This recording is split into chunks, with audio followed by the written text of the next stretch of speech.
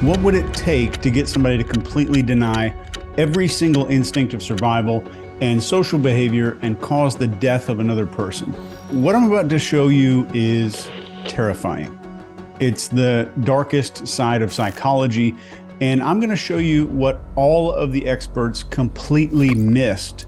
So before we launch into this scary stuff, let's discuss some extreme influence. I teach probably the most advanced persuasion and influence training in the world, but influence itself is just a tool. So like a surgical scalpel, it can be used to save someone's life. It can be used to take it.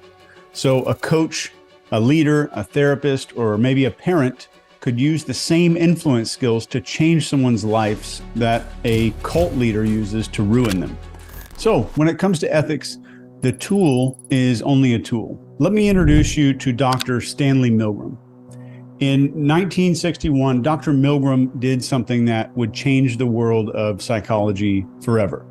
And this quote of his about this experiment has stuck in my mind since the day that I read it. And he said, "I observed a mature and initially poised businessman enter the laboratory smiling and confident. Within 20 minutes, he was reduced to a twitching, stuttering wreck who was rapidly approaching a point of nervous collapse. He constantly pulled on his earlobe and twisted his hands. At one point, he pushed his fist into his forehead and he muttered, 'Oh God, let's stop it.' And yet he continued to respond to every word of the experimenter, and he obeyed until the end." That hit me like a ton of bricks when I read it. Anybody that you ask is going to say they could never be talked into such things. But I think you'll be surprised. So what causes a human to go from zero to killer? And if some of us are willing to kill because a stranger in a lab coat tells us to, should we worry?